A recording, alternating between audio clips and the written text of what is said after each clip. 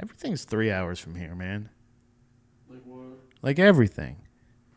Enos, Texas. San Antonio, Texas. Houston, Texas. Texas. Galveston, Texas. Yeah, you're picking on the 3 hours. Although San Antonio's like 2 hours. No, it's 3, dude. Traffic? If you in traffic, it's about 3 hours away. Well, sure. I mean, you get in the car. An hour's extra worth of traffic. Yeah. It'll turn it. Everything is 3 hours from here. It's crazy, man. You don't know. I mean, you don't even know. You don't know. I got to go to Buc-ee's soon.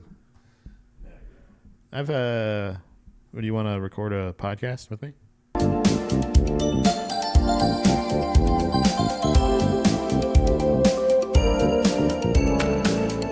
Oh, I guess you want to record a podcast, Pat. Yeah, is that okay?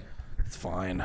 I do want to have a warning for everyone listening. I have been rubbing my eyes aggressively, and I had a po' boy earlier, so that may affect my performance. The po' boy is out of your system. Don't even try to act like that's an issue. No, when you went to get your drink, I had another po' boy. It was my post-drag the leg po' boy. Seems like you should have had a rich boy. Rich boy, and a welcome to No More Heroes. We're talking about Dimebag, Darrell. Originally Diamond, eventually came Dimebag. Unfortunately, deceased in Columbus, Ohio. By a guy with a knife on stage. I got to tell you, it's a depressing show anytime we talk about Ohio in general. Yeah. But when you figure out that somebody spent their last day on Earth in Columbus, Ohio. Jesus fucking Christ. Good Lord, that's depressing. darker than that made this story darker than I could possibly imagine. That's my least favorite point You know what the hardest Obviously, no offense to Ohio, but it's just a cesspool and I hate it. You know what the hardest part is? Like when we did the Jim Morrison episode, right. it was easy. It was joyful. We're happy it happened. It was fun.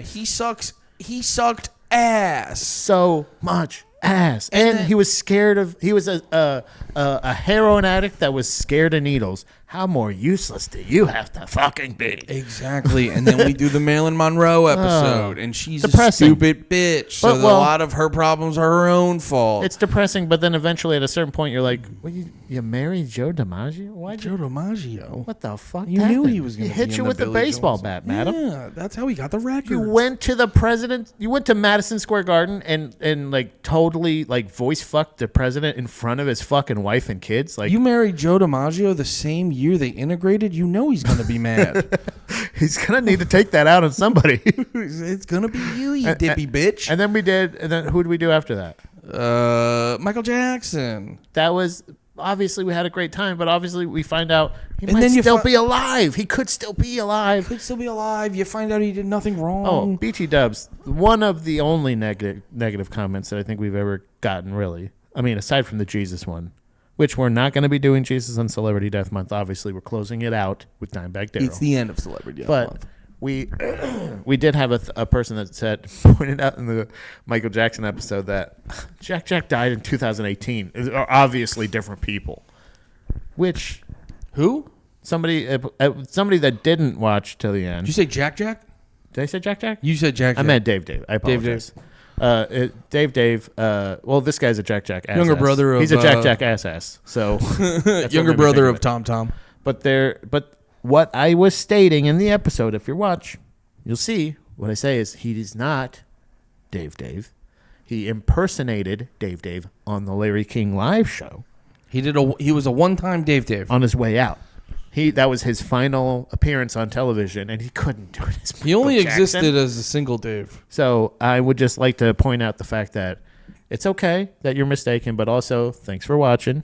And that video as well is doing numbers. I'm very excited that Celebrity Deathmatch has been such a hit in general. Doing good, and also kind of coincides with the appeal of Michael Jackson. It's like we have a lot of pretty good episodes. They may not get the traction they deserve, but you know, Michael Jackson's such a big entity that to this day he can help a little rinky-dink podcast like this get a couple people watching. That MJ bump ain't just that thing in his pants when he's at the playground, brother. It's all about social media. But Dimebag Darrell is who we're here to talk about today. Dimebag Darrell! Dimebag Darrell was born in Ennis, Texas in 1966, August 20th. Ooh. He was a Virgo, just like your boy. Darrell. It's the only reason I like you. Lance Abbott was his name. Lance Abbott? Darrell Lance Abbott. DLA. Darrell? Darrell Lance Abbott. Darrell? Dimebag Darrell. Darrell. His dad, Jerry Abbott, was a country music producer and a songwriter.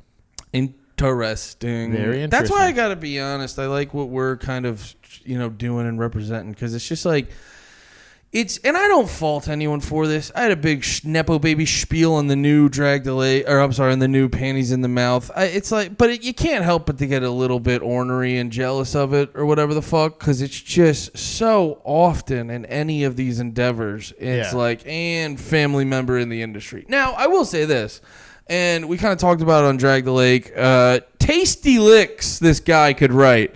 So it's not just that, I'm sure your dad working in country music can only get you so far. You got to pick up the other half by being pretty sick at the guitar. And I'm pretty sure even if Dimebag Darrell's life wasn't cut so short, he probably would have hit a little bit of backlash with his, Rebel Flag guitar. Probably. You know what I'm saying? Like, they probably would have been, like, if that's the thing that he ended up getting taken down for, I'm just saying that this is not preferred by any means. But I would just say, like, getting canceled into obscurity because you're from the South. You know what I mean? Like, I don't know how much of a... Is that why the kid stabbed him? He was like, you guys aren't progressive.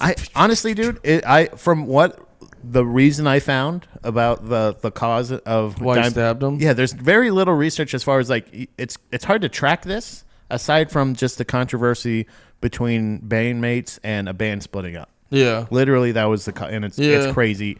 It is funny how to me this is a textbook version of a senseless death. Yeah, absolutely senseless. It is funny how you have these things that are like so well known and so popular, and then when you like because we've been learning about this ever since the research era started. There are these certain things that are so popular and so well known, and then when it's finally time to like get into it, it's like there will be certain things that'll have like 2 paragraphs about it. And you're like, it's odd how little info there is. But I guess too, you got to think about it now, like. There's more. I feel like there's more. I'm just realizing this right now as I'm saying it. Like, there's more info now because if whoever the Dimebag Darrell equivalent is, if he got stabbed on stage, there's going to be millions of people tweeting about it. There's going to be no less than like fucking 50 different breakdown videos on YouTube about it tomorrow. Like, it's just there's going to be way more people who are going to be like looking into it. But yeah, it's like you could stab a motherfucker in, when was it, the early 2000s? You stab a motherfucker in the early 2000s and hopefully they write an article or hopefully someone wants to follow up on it, or else you're not getting like crazy details about it. Yeah, there was... I mean, I'm sure if I would have like tried to do like police report, but even still, like, so, but we're not there yet. You didn't do that? We still want to talk about more about just Dimebag. I assumed you extensively pull police reports on every episode. I do essentially I do one of those interviews, like in True Detective. Like, I just ask him to buy me a 12-pack of Lone Stars. Dude, I just start cutting up the cans as I'm talking to him. I'm like, so. Where do you keep the evidence? And I'm just like, please leave. And they're like, sir, you can't drink. Ow, I cut myself again. Ow. You're trying. Can you finish another beer so I can try again? They're like, sir, we handed you the paperwork. You have to leave. There's nothing to talk about. Why are you filming this? You requested the paperwork. You got it. You have to leave the premise. So, 1981. Pantera gained mainstream success, and 1990, Cowboys from Hell came out. 1981, like you discovered and we talked about on the episode of Drag the Lake. If you're watching this and you're not watching Drag the Lake, it's crazy. But we did an episode reviewing the album Vulgar Display of Power, and you described some of early days of Pantera being very much hair metalish and very glam rock. Yeah, the word glam would be metal. Glam. Like, they were by the books a glam band. And fun, I didn't mention on the Drag the Lake episode, it's actually fucking impossible to find the music. Yeah, I can imagine. They don't just like ignore it. No. They They buried it. You can't. It's like a collector's item now. Well, it's like remember we did we talked about Bad Religion's prog rock album, or whatever. That's much like the other one. It's very much hard to find. The only way you can get it's not hard to find, but you have to spend a shit ton of money because the only way to get it is if you get this full. They have a vinyl collection of every album. Okay. And because they were like, well, technically we wrote it, so we're gonna include it in the complete series vinyl collection. Yeah. But it's not on Spotify. You can't buy it from Epitaph Records. You have to pay like, $150, $200 to get all their vinyls to get a copy of it. And I listened to it. It's pretty good. Yeah. It's not like... I think I got the bootleg. It was like a bootleg download of the Bad Religion one. It's not like it's a... So it's not again, it's you can find it somewhere, I'm sure, but again, it's if you want to own it, like buy the actual print. Yeah, it's just funny when you finally get it and you're like, this is fine. So obviously we all are familiar with Pantera, their history, they're essentially like them being some of their hits, Walk, and some of those others. Yeah, like Cemetery Gates. Dimebag Darrell being a guitar virtuoso, like one of a kind kind of guy. Dude, he was like actually fucking nuts. I heard this old interview of his where they were asking where he got his first guitar.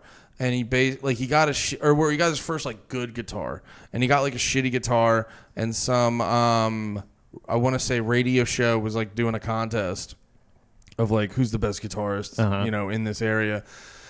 He entered it, won it, got a really nice guitar, and then he just kept entering it. And after like he won it 6 times, they were like, "You can't enter this contest anymore," because he was just too good at the fucking guitar. Yeah, he would do. So he was actually like not necessarily like self-taught, but he was a huge fan of that guitar player. You know the guitar player Michelangelo?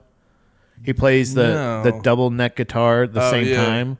And he could play he had his instructional videos and stuff like that. Oh yeah. And he actually got to it's really cool because one of the facts I found out about him was so at one time in like the early 90s, the guy Michelangelo came to see Pantera live, and he met Dimebag and was like shocked when he heard that he was a huge fan and watched like all of his things. Actually, the quote that he says. He said that Dimebag said, "You're like my guitar teacher, dude." Yeah. And he's like, "Tonight, Pantera is dedicating this set to you." Like he got the instructional videos, and that's definitely part of what formed Dimebag Darrell. Well, let me ask this: when you you played bass, right? Mm-hmm.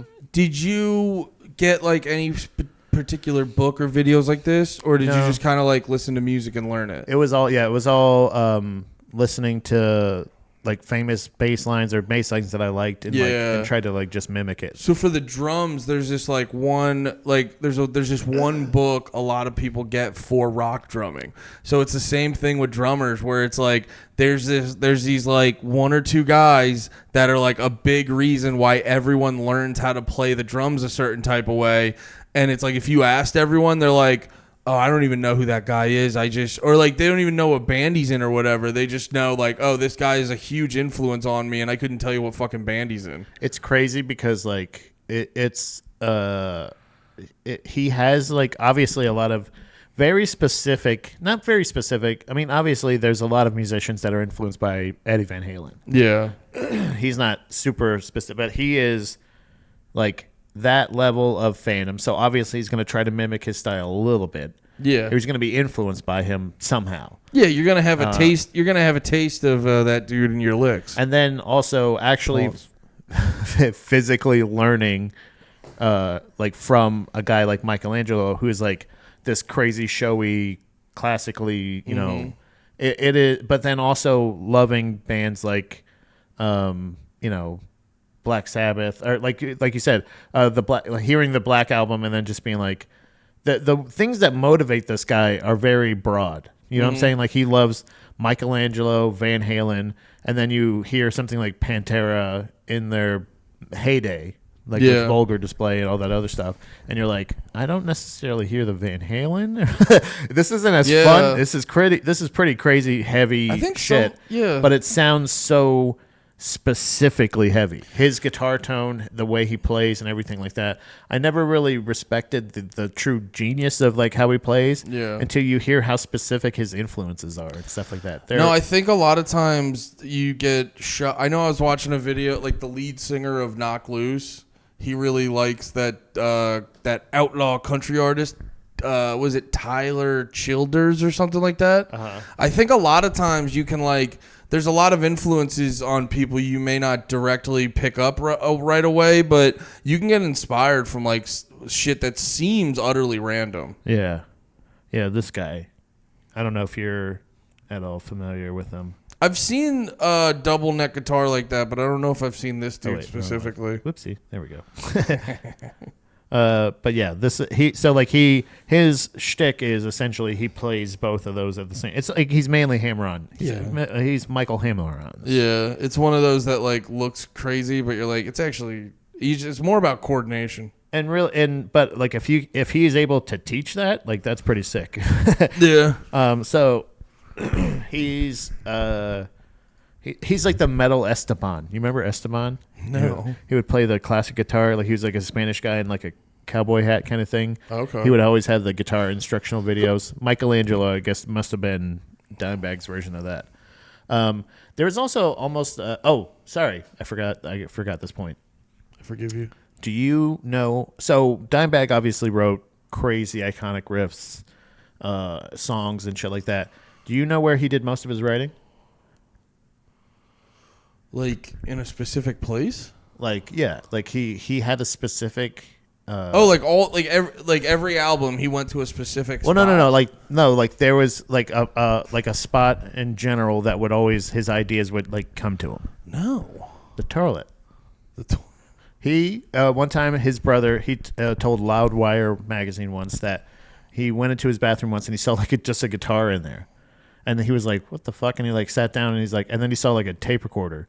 Apparently, all of like the songs that we know of that he wrote were like he wrote on the fucking shitter, and recorded like the demos at least there, like to say like to take them in to say we're gonna like so he wouldn't forget like that. You know how like you have the notepad or whatever you record, so he wouldn't forget the riffs. He would write riffs on the toilet and fucking record them. And then take them in and say like, we gotta play this. No, that's interesting. Like when you're writing jokes, is it ever when you're just like sitting down at a table? Never. It's always if I do that, what I'm doing at that point, and I try to do that because it helps get my brain going.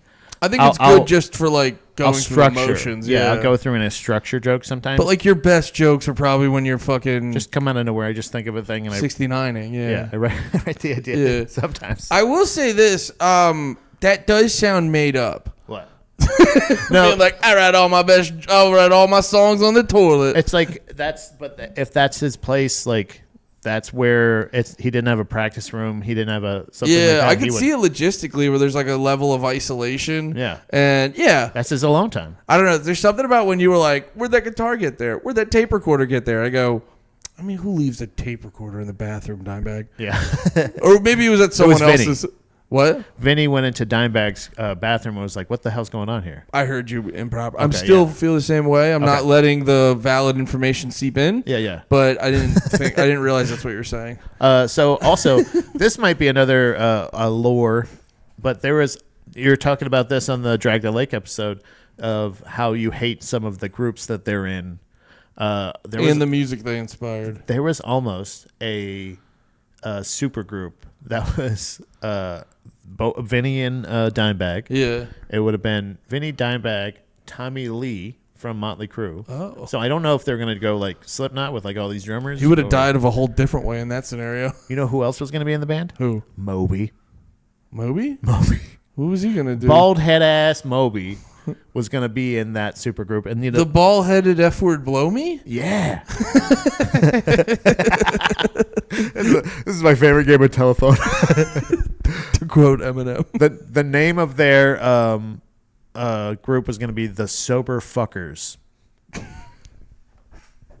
Dude, and that's what that's what made me hate Pantera so much, because they sort of encompassed like that energy and help it breed. And you're like just a guy. Like the fact that you'd be at band practice and be like, all right, I got a name. We're gonna be the sober fuckers. And the fact that everyone else didn't go, hey man, are you fucking stupid? That's the worst. I don't know if it ever got past R&D necessarily, but it was like that was the blueprint. This is the plan. But like that's the idea. Is like they were like, what if he was like, we should call ourselves the sober fuckers, and somebody went, hell yeah, and it was like, wait a minute, we should call ourselves hell yeah. You know, we should call ourselves 6 shots of whiskey. I like that, right? Uh-huh. I like 6 shots of whiskey. We should call it 6 shots of whiskey. Brother, there is like, so I obviously went into some detail of what happened the night of his demise. Obviously, we have to talk about that. But I wanted this to be a celebration of Dimebag's life. This has to be a little bit separate of an episode because these are, when you look up Dimebag facts, honestly, when you look up Dimebag rules. Yeah, it's hard to find bad things about him. It's hard to be like, oh. You know what I'm saying? Like, there's that's what I'm saying. Senseless. Like, there was no reason. He's just a cool dude that fucking played sick riffs on the shitter. Yeah. You know what I'm saying? Like, he ain't hurting nobody, dude. Yeah. Maybe he did hurt somebody. I don't know. I couldn't find it. But I got a band name. What would we call it? Fuck yeah, big ass titties. that would have been 2025 tour. Right. I'm just saying. The Abbott brothers, fun fact, both Vinny and Dimebag, big Nickelback supporters. Okay. Big supporters. Always gave them try to be very supporting of them. Lots of support. They would also give them. They gave them a shot before slamming them. They said people need to give them a shot before slamming them. And Dimebag even contributed to a cover that they did together with the guys from Nickelback of Saturday Night's All Right by Elton John. That rips. Isn't that fucking cool? That's pretty cool. I always like when that kind of shit happens. Like, I should have mentioned this on the Slayer episode of Drag the Lake, but like the dude from Slayer did a guitar solo on like a Sum 41 song back in the day for the Spider-Man movie. Kerry King. So, what? Kerry King. Bald guy. Bald, yeah. Yeah. So it's always fun when like the metal guy comes in and he's like, I'll pal around with you goofy fuckers. Yeah. Yeah. It's a very interesting thing in general, and like Dimebag for sure, but Dimebag and Vinny in general, I kind of like the shit they did. Even Damage Plan, which not bad. Which like it just fucking sick ass metal. You know, it's not as good as Pantera, obviously, but it's still one of those things of like those guys together were good. I liked listening to those guys. So, but Pantera breaks up in 2000. Oh, there's a hiatus in 2001. But they ended up breaking up in 2003. There's, from what I know, it's a communication breakdown and substance abuse. Mm-hmm. Like Phil Ensemble. No, I think from what I was reading, they were just like I think put in the simplest way, they were like Phil sucks ass now. It's just that they don't have like the brotherhood kind of thing. Just kind of went away, and like it became very isolating. It was very sided. So like the Abbott brothers, it was a communication breakdown between the Abbott brothers, who obviously are going to be together. You know, they're going to be friends and stuff like that.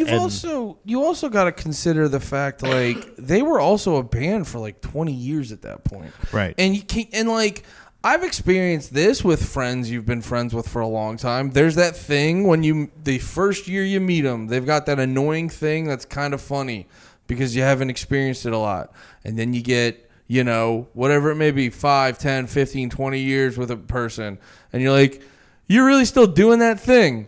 And it's like, who knows? Maybe Phil just, did one too many white power speeches. And they're like, you're really still doing that. Yeah. Yeah. Like it just in general, I think it was just people change, people kind of grow apart. Yeah. Obviously, substance abuse is not helping. 100%, yeah. So they break up, and they start Damage Plan almost immediately. Mm-hmm. Like it's kind of the thing that they're keeping busy with, but it's also Damage Plan was pretty big, right?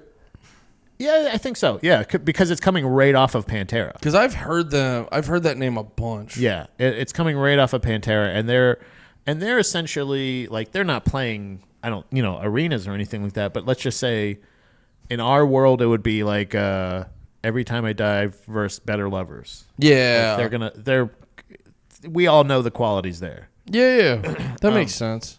Plus, again, those two guys working together. Also, the side projects apparently really played a part in that. So, like, that's also going to help. Oh, of the wanting to break up? Yeah, so, like, Super Joint Ritual was, like, Ensemble's partial focus. And I think they had already started Damage Plan by the time the band had stopped. But, like, they're always working on stuff. I mean, the guy's writing in the shitter. This was a funny quote I came across when I was doing this. Vinny said to, talking to a magazine about Dimebag, he said something like he could turn a bad trip to Taco Bell into a hit. Because essentially he'd be on the toilet all day and he'd eventually come up with something great. Oh. And it's just like, holy shit. Like Sorry. No, go ahead. No, I didn't want to let you finish because I was going to take a slight right turn. Yeah. Because you got me thinking about with like the side projects thing, where being a successful musician or artist in general, does feel like a delicate tightrope walk, because like the jealousy, like so say you're in Pantera and you have all the other guys have these side projects, and then like you hear out of the gate you hear like. Oh, you have side projects? You don't care about Pantera? And it's like, all right, that sounds childish. But then it's like maybe Damage. They start hearing Damage. What was it? Damage Plant? Yeah, Damage Plant. Damage Plant's maybe getting the better riffs or something like that. And so there's this like interesting balancing act where it's like if you just view it as a business where you're like, hey, we're all going to have side projects, but Pantera always comes first. Yeah. But then if you're too much like a business, you're no doubtably going to write stale-ass songs. So then you have to remember to be artistic weirdos so you can write good-ass songs. Right. But you need to keep it together because there's so many bands. I can't think of a good example, but I've heard, it happens in rap all the time. Like I was watching, excuse me. Oh yeah, it's that guy Designer. He had that song Panda that came out, and Kanye put it on his Life of Pablo album, so it like blew him up. And now, granted, ultimately writing bad music is what killed him, but he also just like he got himself in a little bit of hot water here and there. He did like bad deals. Fucking Fetty Wap did the same thing, and you'll be like, wow, you were on top of the world. What the fuck happened? And it's like, yeah, sometimes people could literally just fucking suck and in behind the scenes and it not like go the right fucking way. Yeah, I think in general too, like I think it came out later on from Phil. I think we talked about this maybe, but like he ended up getting like the reason that I think he was using so much of the substances was partially because of injuries that he sustained over the time. Yeah. And it's also like he's doing side project shit as well with Super Joint Ritual. I think Down was another one. Like, so like his workload is going crazy. And again, all that saluting, you're going to throw your back out. You know what I mean? So eventually sorry boys, I white powered a little too hard tonight. I zicked Heil about 2 discs out. Oh my god. Damn. So Zig Heil. Oh, hell that hurt. Son of a bitch. So so they broke up. Damage Plan was after, and then Ensemble just continued with Super Joint Ritual, and they were just kind of existing in the same world. And not really like I think I read both ways. So I did read that like he tried to reach out to Ensemble a bunch, but he never returned his calls. But like it never seemed like there was like true hatred. I think there was a little bit of bitterness or something like that after his passing when Phil went to go to his funeral, and like the Dimebag's girlfriend at the time was there. I forget her name. It's probably in here somewhere. But she was like, she was, I think, a little pissed on his behalf of just basically being like, no, he tried to reach out to you, and it's too late, pal. You can't come here. Yeah. It seems very, again, a lot of the stuff that I found was very behind the music-y. You know what I mean? Yeah, like a lot of drama bullshit. A lot of hearsay and a lot of people's perspective. Like I didn't find a lot of like. And you're like, who is Dimebag Darrell's Dave? Yeah, exactly. Who could he impersonate? Where's Dime? He showed up as Kerry King, like with a bald cap on. He's like, "Hey, how's it going, Larry?"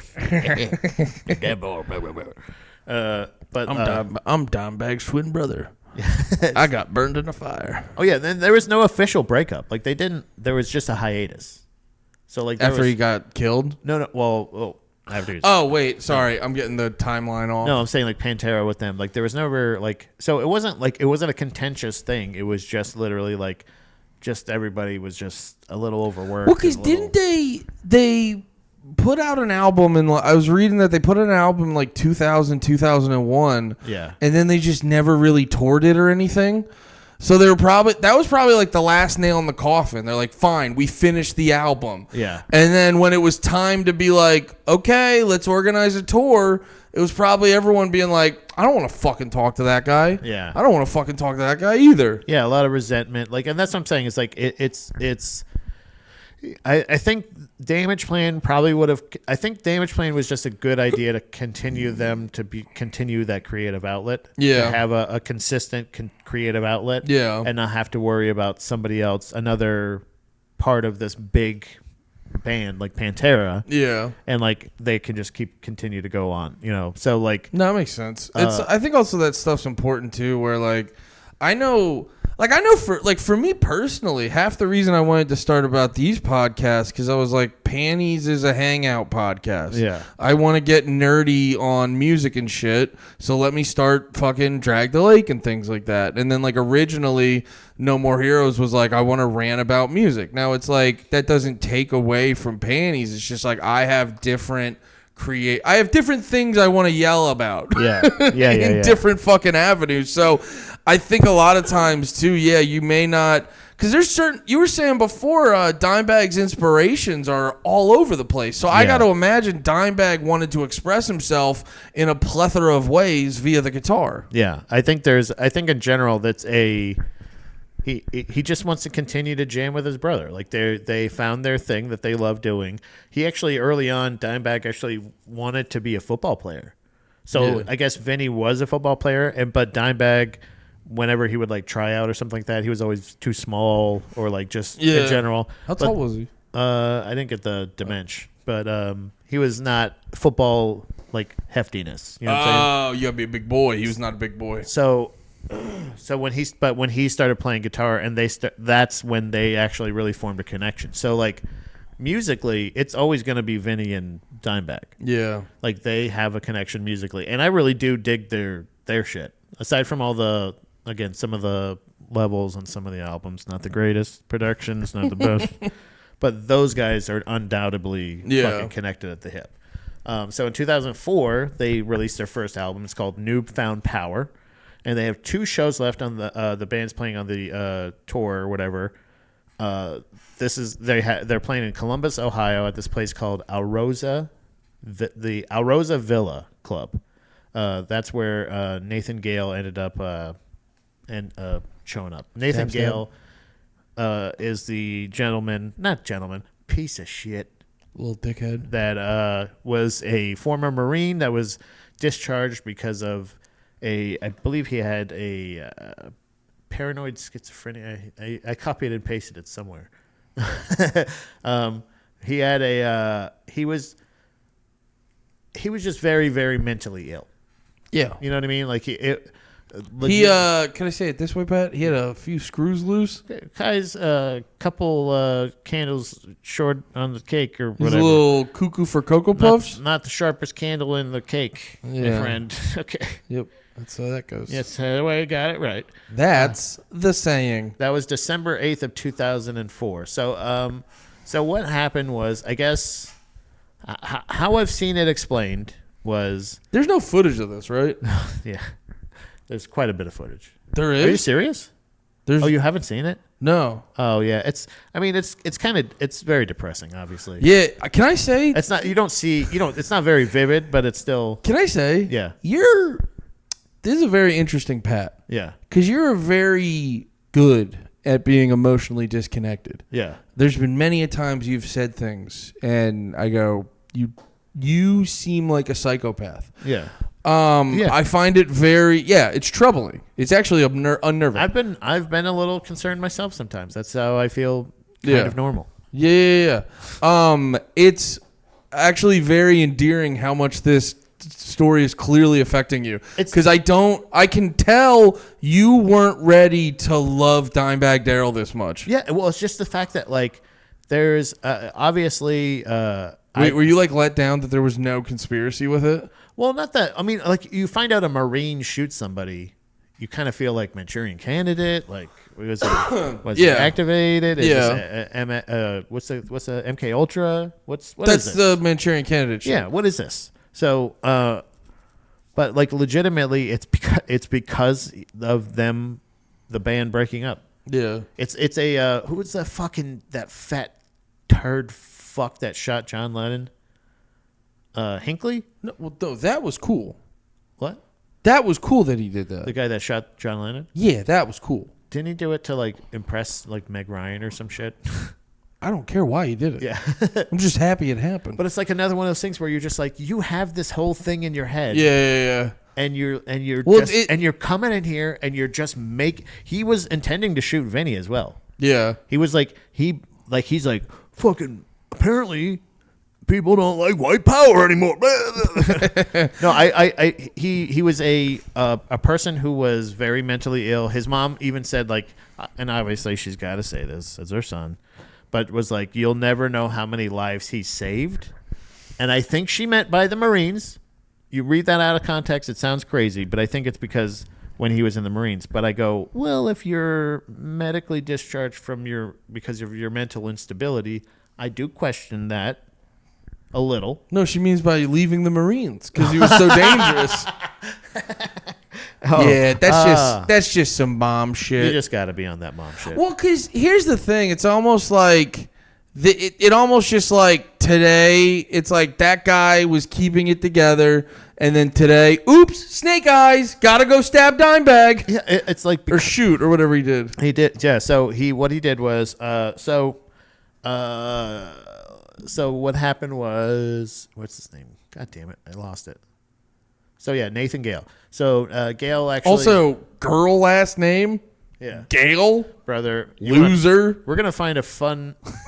we're gonna lighten the story a little bit by a very interesting and a very tricky name to navigate by the responding officer. Wait, can I guess what? Can I guess? Can I guess? Please don't. Please. Wait. No, I'm saying. I don't want to get flagged for saying it in general. I'm not going to say the word. Oh. I'm just going to guess broadly what it sounds like.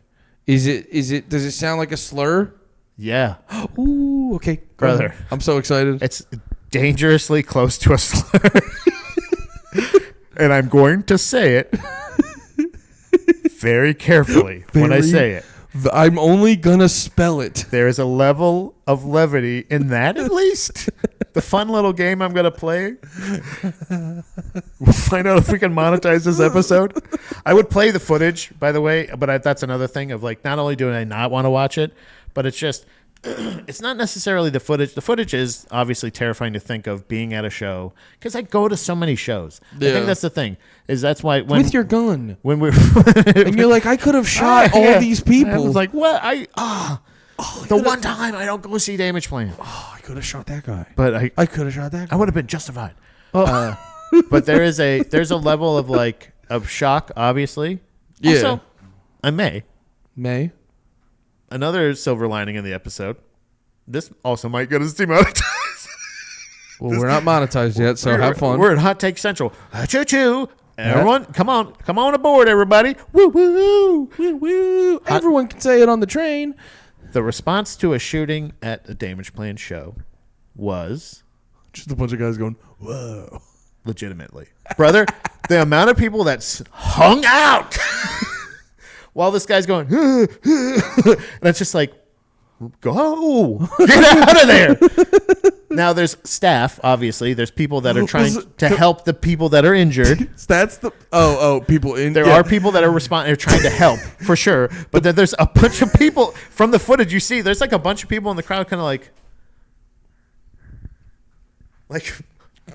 yeah, brother. It is very quick. What happens? He kind of just runs on stage and runs up and shoots multiple times in the back of the head. Dimebag head in the head. Yeah, it was instantaneous. He was gone almost. Dude, the one part that I felt really bad about giggling about is no after he shoots Dimebag, there's like 3 times people go. He's like, "I'll get the gun from him," and he got shot. Yeah, brother. No. Legitimately, everybody that was in, like, that's what I'm saying. The senselessness of this. Like everybody, the evil won that day. Yeah, that's like, the part that sucks ass. It's like it. Dimebag. It's like Dimebag gets killed, and then he gets the gun wrestled out of him. It's like, nope. Everyone who tried to make it better died. What you witness in the video is just forgive the wordplay, but people getting shot and people in shock. Yeah, like that is what it is. It's just that's why it's so depressing. It's like with 9/11, there's a level of like the scale of it. You get to blame the Jews. There's an enemy you can. But this guy, he's toasting a little bit when the cop shows up with his shotgun. Even the guy that gets the kill shot on the guy is still like you can see him walking away, and like somebody's going like he's like.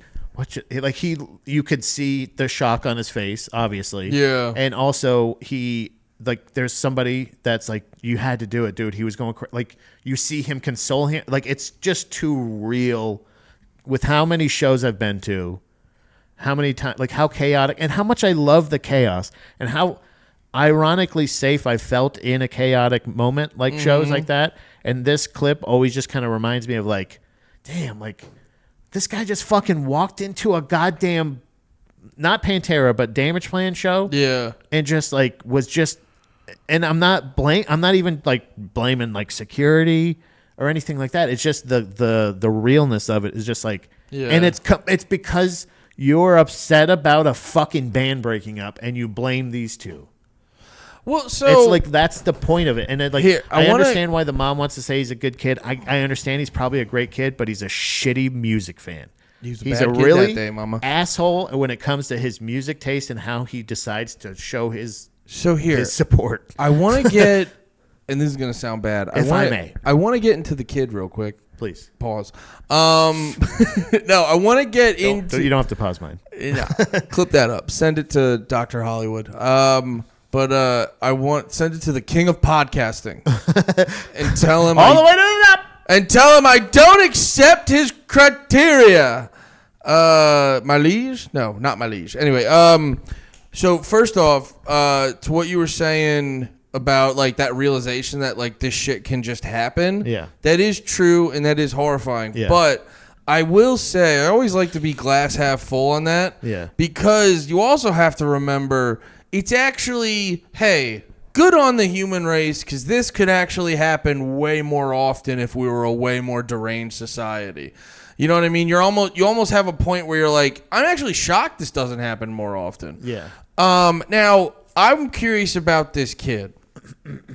So, like, what? I was just coughing. Oh. I was doing it in a comedic way off mic. Very good. Oh, yeah. So I'm curious about this kid, which not the first time I've said that.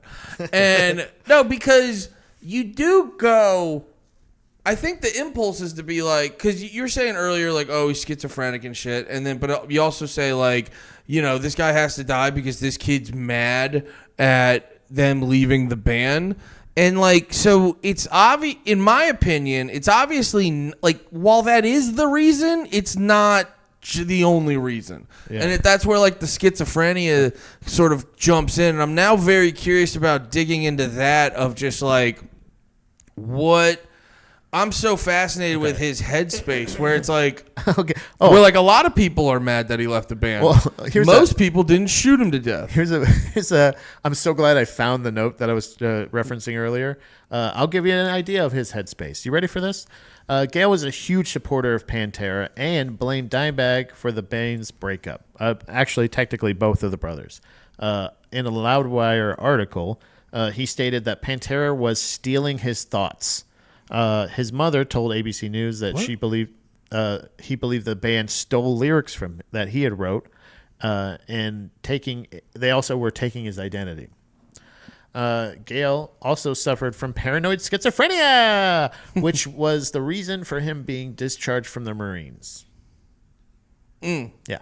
So that's why I'm saying senseless. He was just a mentally ill dude. He was just schizophrenic. Who was a fan of Pantera, and when they broke up, he created this whole thing and also believed that Pantera was stealing his lyrics, which, by the way, would be Phil's thing.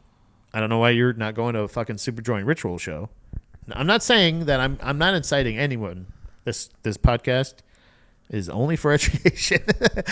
But what I will say is, I'm not saying finish the job or nothing. Wrong kid died. Ricky Bobby. I'm not saying people. I'm not saying that Phil Anselmo should. I'm not saying that. I'm just saying that if you end up killing a junkie, I'm just saying if you A plus B, it helps them. Yeah. Do you know what I'm saying? Like what? Like Kurt. I gotta stop agreeing with you so it quickly. Cures the addiction. They don't. Kurt Cobain never did heroin after that day.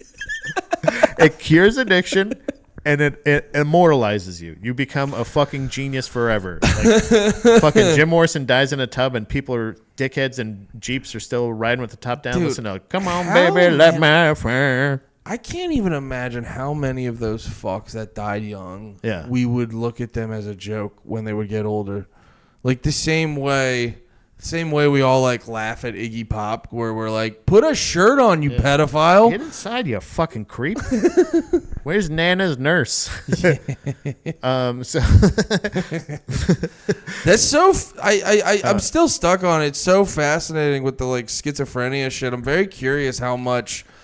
Well, when did this happen? Early 2000s? December of 2004, yeah. Yeah, and I think, in 2004, people are obviously becoming more sensitive to mental health, but nowhere near as much as maybe they should be. And also, you got to imagine, depending on where you're from or whatever your fucking thing is.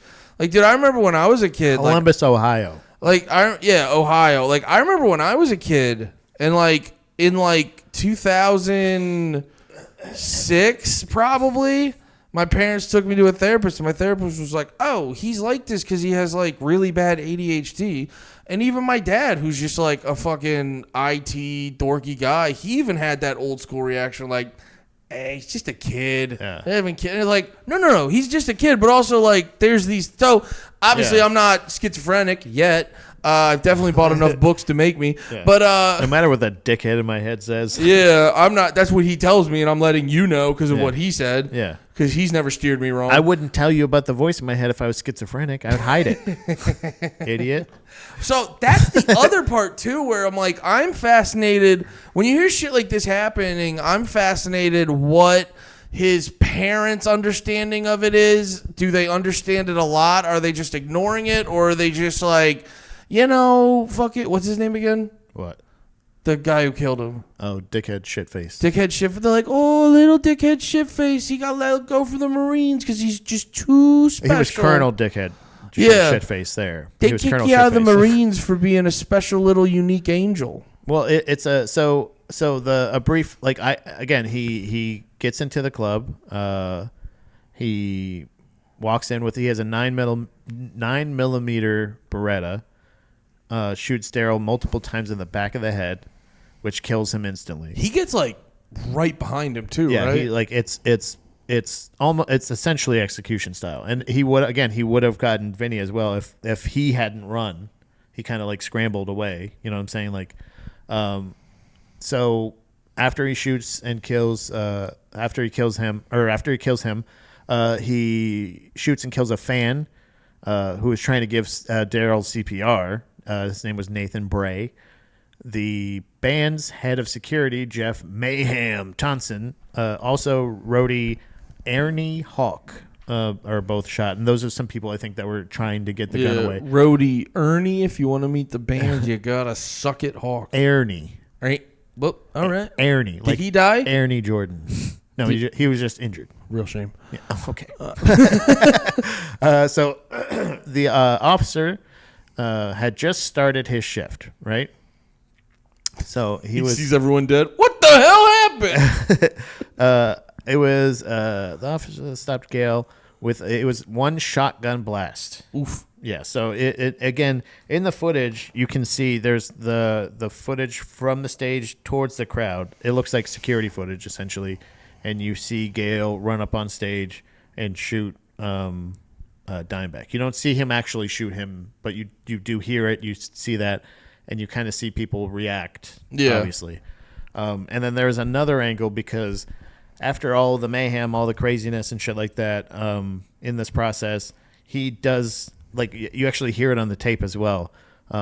They say he's got to run out of bullets. He's got to be out of bullets by now. Like how many times he's shot, and then when another guy points out he reloaded.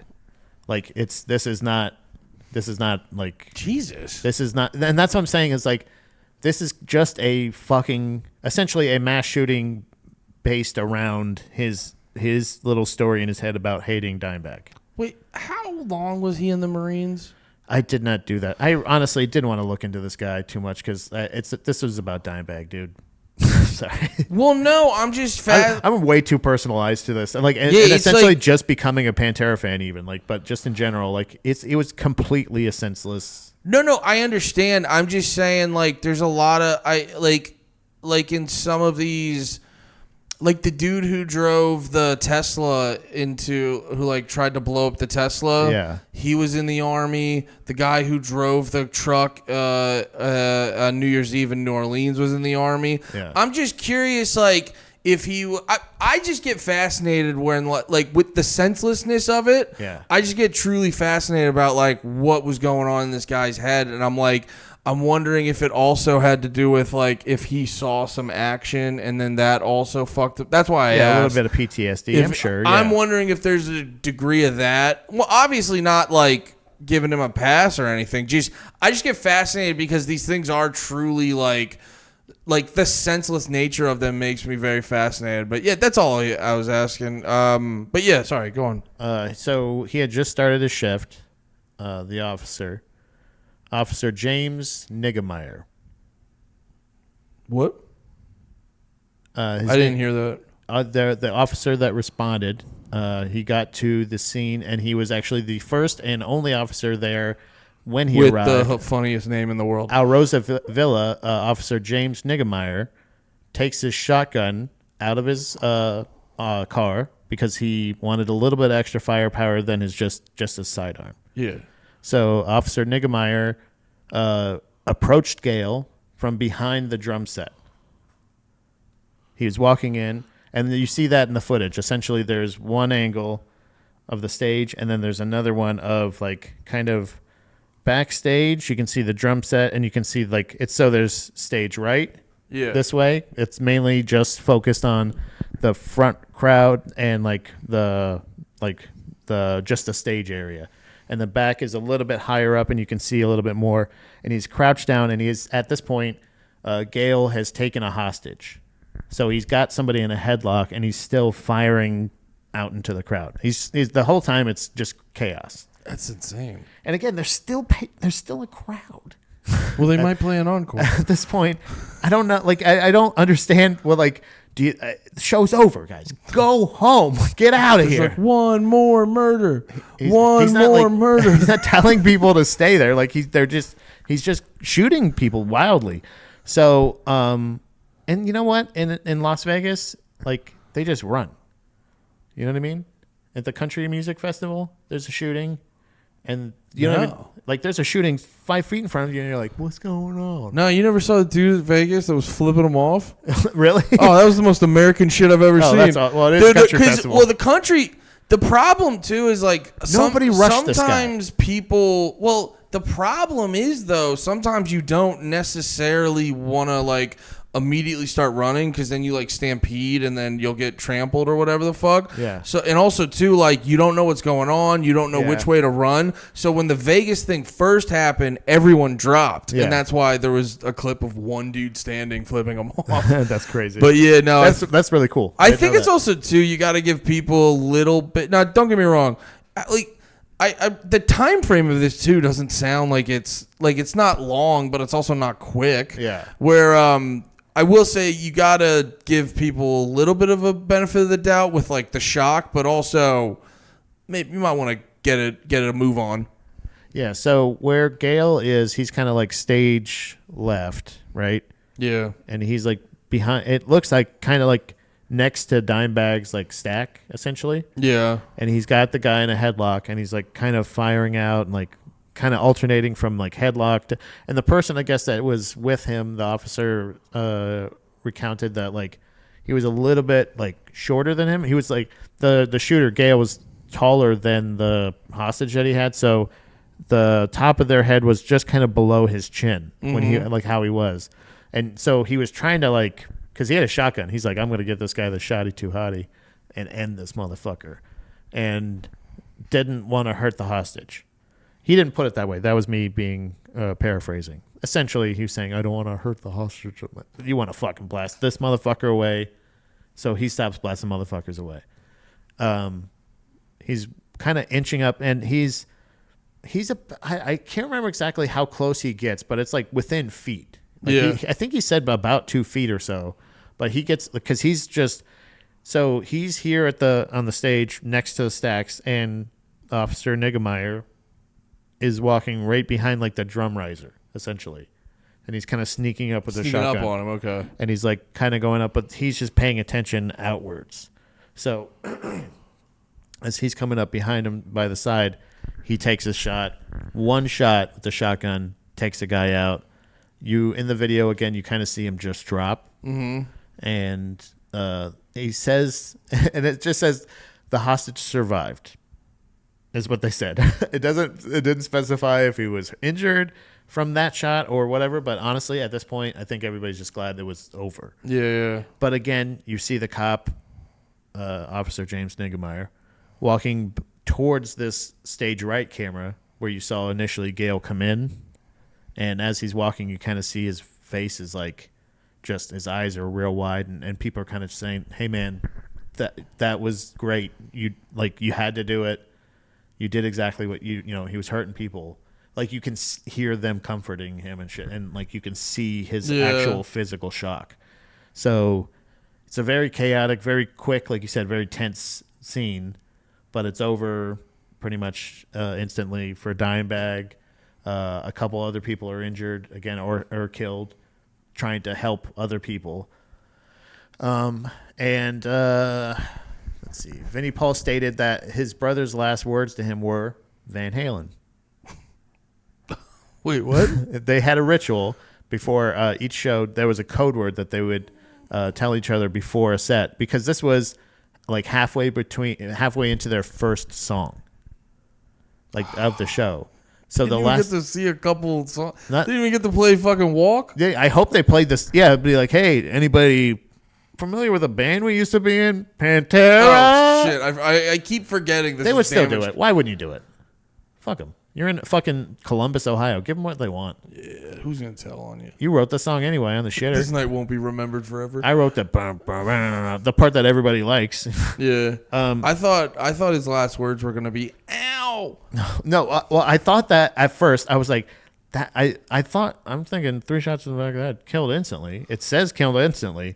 What do you mean? The last words meaning before they started the show, they had a code word that they would say to each other, Van Halen, to remind each other. This is a very sweet thing. This was which was a code word to remind each other to have a good time and to like kind of like be in the moment. We should have one of those. Yeah, we should say. What do you want to do? Tony Dance a tap dance extravaganza.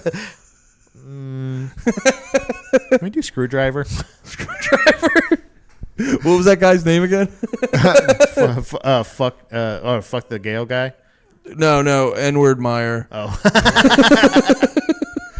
They were okay. So this is kind of a sweet story. It's still kind of sad, obviously, but they were huge Van Halen fans. We knew that. Yeah. They got the opportunity to meet Eddie a short time before Dale passed away, apparently. And Vinny said that he said that when they were like, I guess it was like a thing. I can't remember exactly, like an event, either a Van Halen show or something like that. But Darrell was like. He said he was ready to cut him like a $30,000 check to get one of his striped guitars. He loved his striped, the signature Van Halen. Oh, guitar. And that color scheme fucking rips. Yeah, the red and white. WWE sells a Intercontinental title that's customized to Shawn Michaels colors.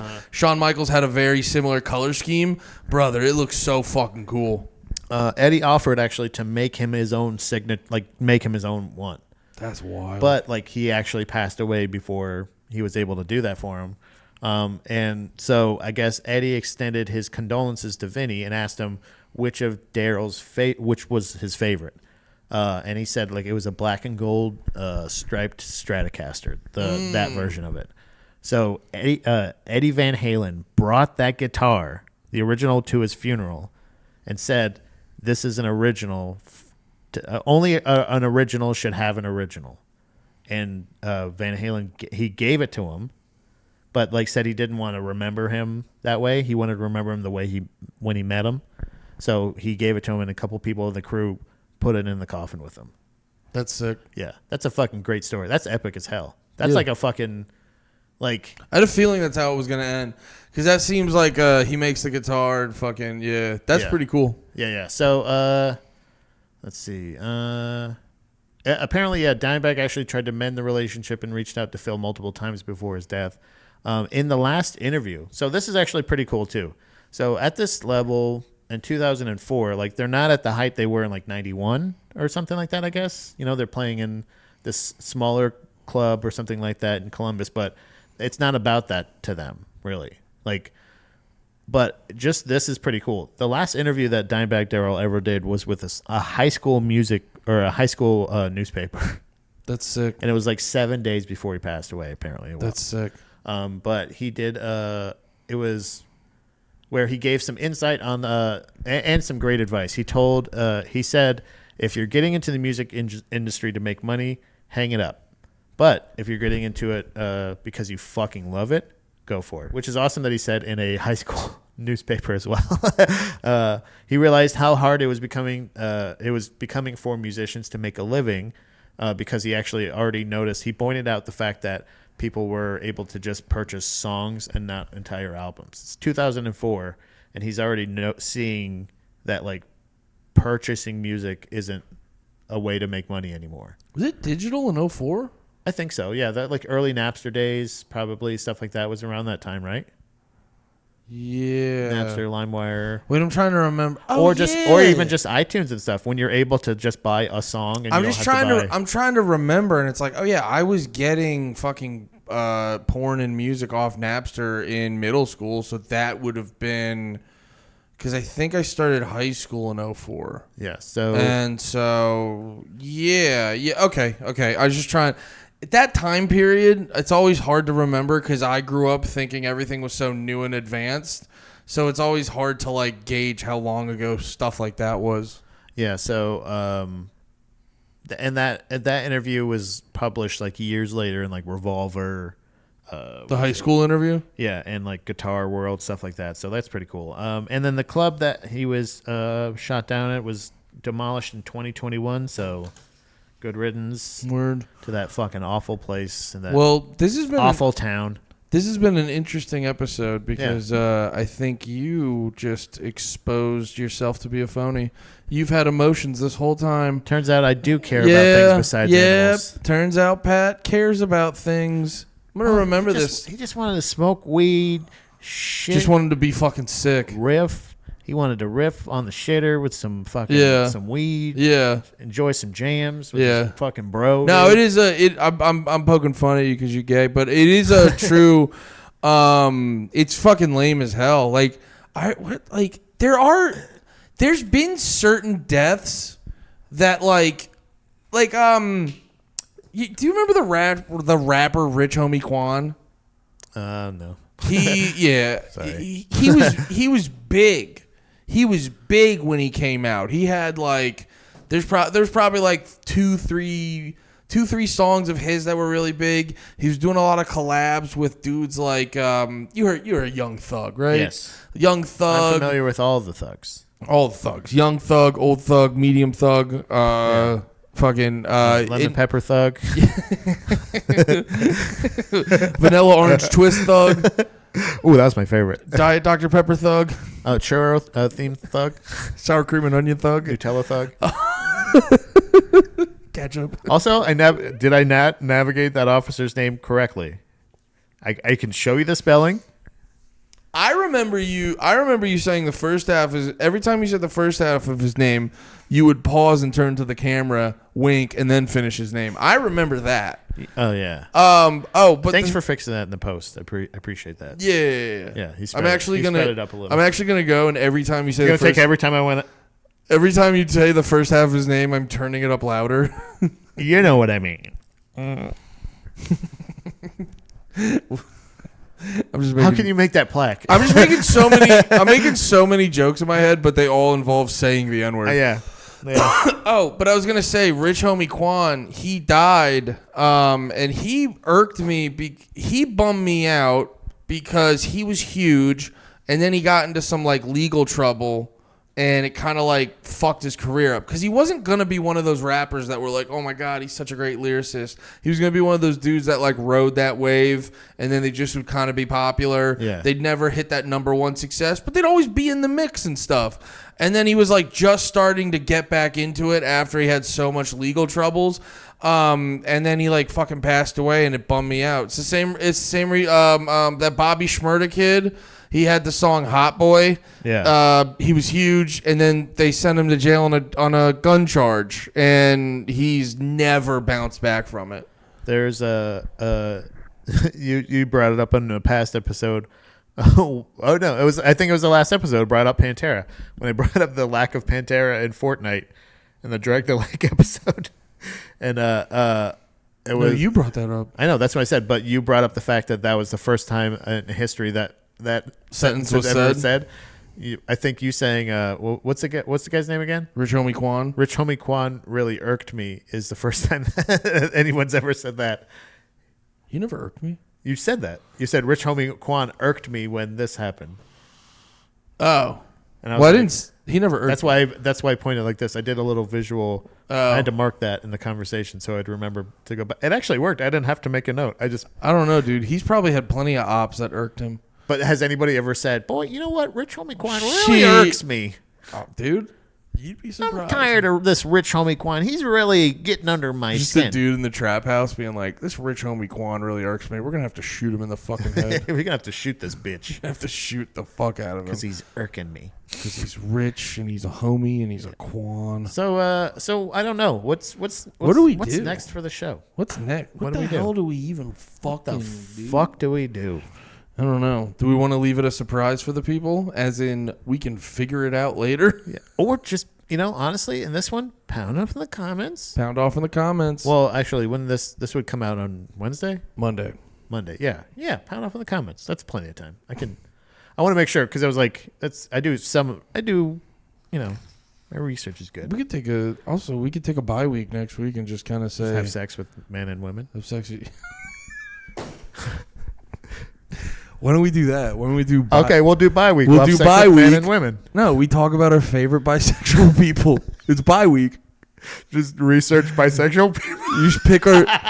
Actually, you want to do that? I don't know what top that means. 5 favorite bisexuals. I don't know if I know. Ian Finance, Zach Amico. You're already in my fucking dust, dude. I guess the new king of the research era is here. Billie Eilish, probably. She probably pretends to be bisexual. God, I hope so. Come on, dude. Let's have a bye week. Okay, hey, we can do we'll do bye week until we figure out the next topic. That's hilarious. It's a bye week. We'll talk about our favorite bye people. Our favorite bye people. I'm gonna have such a fucking good list. So we're just listing bye people and fun facts about them? Yeah, how about we do that? I'm totally fine doing bye week. We just do a rundown of like interesting bisexual. We have to people. have a bye week until we come up with the next topic because we honestly didn't talk about it before the show. Nothing came up naturally during the show. So obviously we're gonna have a bye week. The gods have spoken. We're having a bye week. We're having a bye week. So we're gonna talk about our favorite bye people. I'm just reiterating what we're saying. Like it's the idea we came up with. There it is. Bye week. Bye for now.